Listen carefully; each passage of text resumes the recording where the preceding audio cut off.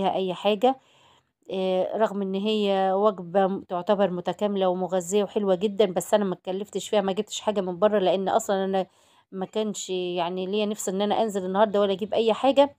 فانا بدور كده في الفريزر بتاعي، لقيت كيس الكبد والقوانص ده. طيب ده ايه؟ انا كل ما بجيب فراخ باخد الكبده والقنصه بتاعتها وبحطها في كيس في الفريزر الاول عشان ما نتوهش من بعض. معايا كميه الكبد والقوانص، وهنرجع نتكلم على موضوع الكبد والقوانص ده واحنا شغالين في الفيديو.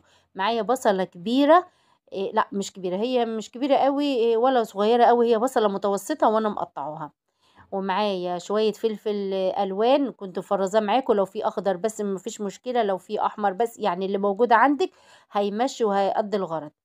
ومعلقة من التوم المهروس أنا كنت برضو مفرزاه معاكم. ما عندكيش توم متفرز، يعني 4 فصوص توم قشريهم ودقيهم أو هرسيهم، وهم دول. وكوبايتين ونص من الرز، أو ما يعادل نص كيلو من الرز.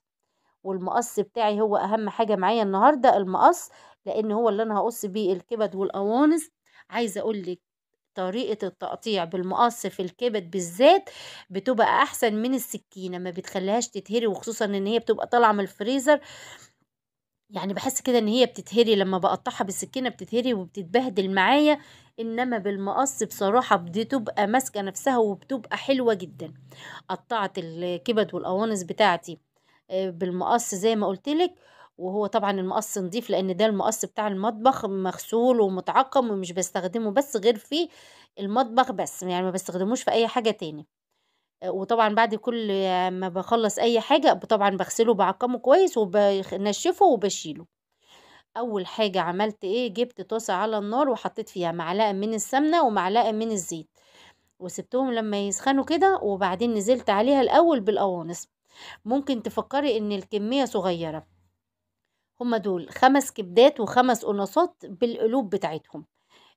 انا كل ما بجيب فراخ باخد الكبد والقوانص بتاعتها، يعني جبت فرخة 2 3 زي ما يكون، يعني زي ما اجيب، باخد الكبد والقوانص بتاعتهم وبشيلهم في كيس وبجمعهم مرة على مرة، وبعدين اعمل بيهم زي النهاردة كده بعمل بيهم وجبة.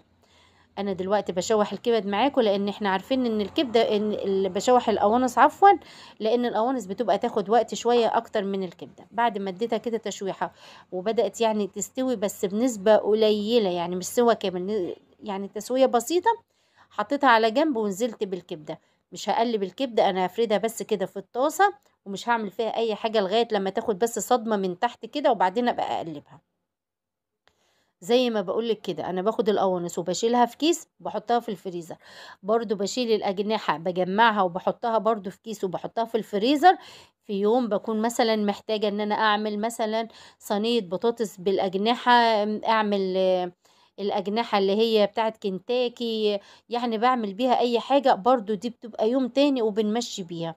الرقبة والهياكل اللي انا ببقى اقطعها مثلا، يعني لما ببقى اعمل بانيه او ستريبس او حاجات من دي، باخد الهياكل مع الرقبة، الحاجات اللي هي اللي احنا بنقول عليها الحواك بتاع الفراخ دي، برضو بجمعها في كيس تاني، وفي اي يوم بطلعها واعمل عليها شوربة، اعمل منها شوية محشي جنبها، اعمل معاها شوية ملوخية.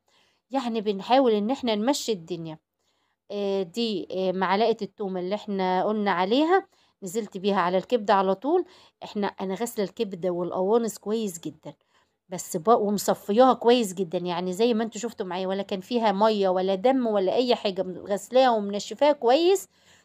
بس برضو علشان ريحة الزفارة، التوم اللي احنا حطيناه ده ما بيخليش ليها اي ريحة زفارة، رغم ان هي نظيفة ومغسولة، بس برضو لازم نحط للكبدة اللي هو التوم. اديت تقليبة للتوم مع الكبد والقوانص، لميتهم كلهم مع بعض، ورحت نازلة بالبصلة والفلفل على طول، لان انا مش هسيب حاجة تستوي، انا كله على بعضه تقليبة بسيطة. وهحط شوية فلفل اسود، يعني نص معلقة صغيرة من الفلفل الاسود، برضو عشان لو في ريحة زفارة بتقضي عليها.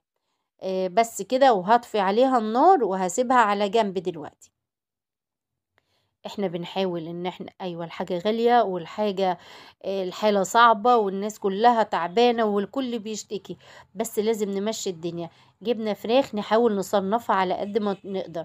احنا لو عملنا يوم اللي هنجيب فيه الفرخة، لو عملنا فيها الكبدة والقنصة مثلا كده ومن ضمن كده وخلاص، يعني مش هتمشي او يعني مش هنستفيد بيها بحاجة. انما لما نجمعها ونحطها في يوم في وجبة زي كده وكل البيت ياكل منها ويستفيد، وتبقى وجبة حلوة وجميلة وموفرة، يبقى احنا كده استفدنا منها.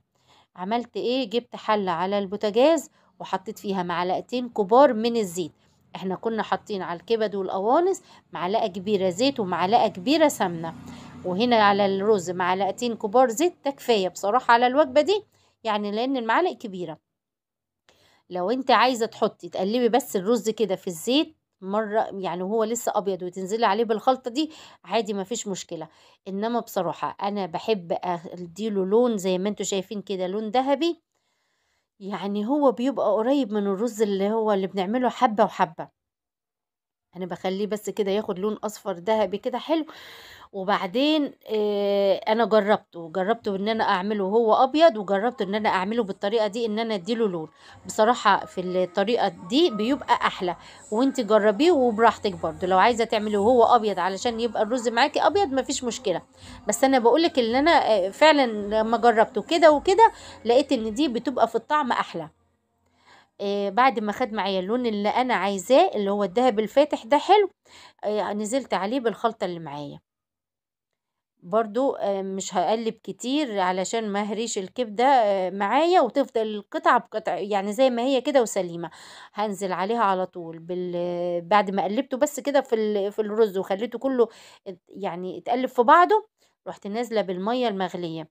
طيب احنا كل كوباية رز من المصري بتاعنا ده بتاخد كوباية من المية، مية مغلية. كل كوباية بتاخد كوباية مية. ممكن انت لو عارفة ان الرز اللي انت بتستخدميه مثلا بياخد رز اكتر، يعني مثلا ممكن تحطي معلقتين زيادة او معلقتين اقل. طبعا انت اكيد كل ست بيت عارفة الرز اللي هي بتستخدمه بياخد مية قد ايه. انا الرز اللي معايا ده انا بستخدمه ماشية بيه على طول، عارفة ان هو كل كوباية رز بتاخد معايا كوباية بس من المية. يبقى انا كنت حاطه كوبايتين ونص من الرز، حطيت عليهم كوبايتين ونص من الميه. انا بقول المعلومه وباكد عليها ليه؟ لان بتبقى في بنوتات صغيره معانا داخله تشوف الفيديو ومش عارفه. فاحنا ستات البيوت، انا عارفه ان انتوا كلكم شطار وامارات وعارفين كل حاجه، بس في معانا بنوتات ما بيبقوش عارفين. فاحنا بنقول التفاصيل الصغيره دي علشان هي ممكن تبوظ، يعني الحاجه تبوظ منها وهي مش واخده بالها او مش عارفه كميه الميه، والوصفه تبقى هي ماشيه فيها صح وتمام، وتبوظ على شويه ميه زياده او شويه ميه اقل. انا قدمتها بالطريقه دي. قدميها بالطريقه اللي تناسبك وبالموجود والمتاح عندك. انا قدمت معاها بطاطس محمره وشرايح من الطماطم والخيار ومخلل، وكانت وجبه زي العسل. يا رب الفيديو النهارده والفكره بتاعتي تكون عجبتكم.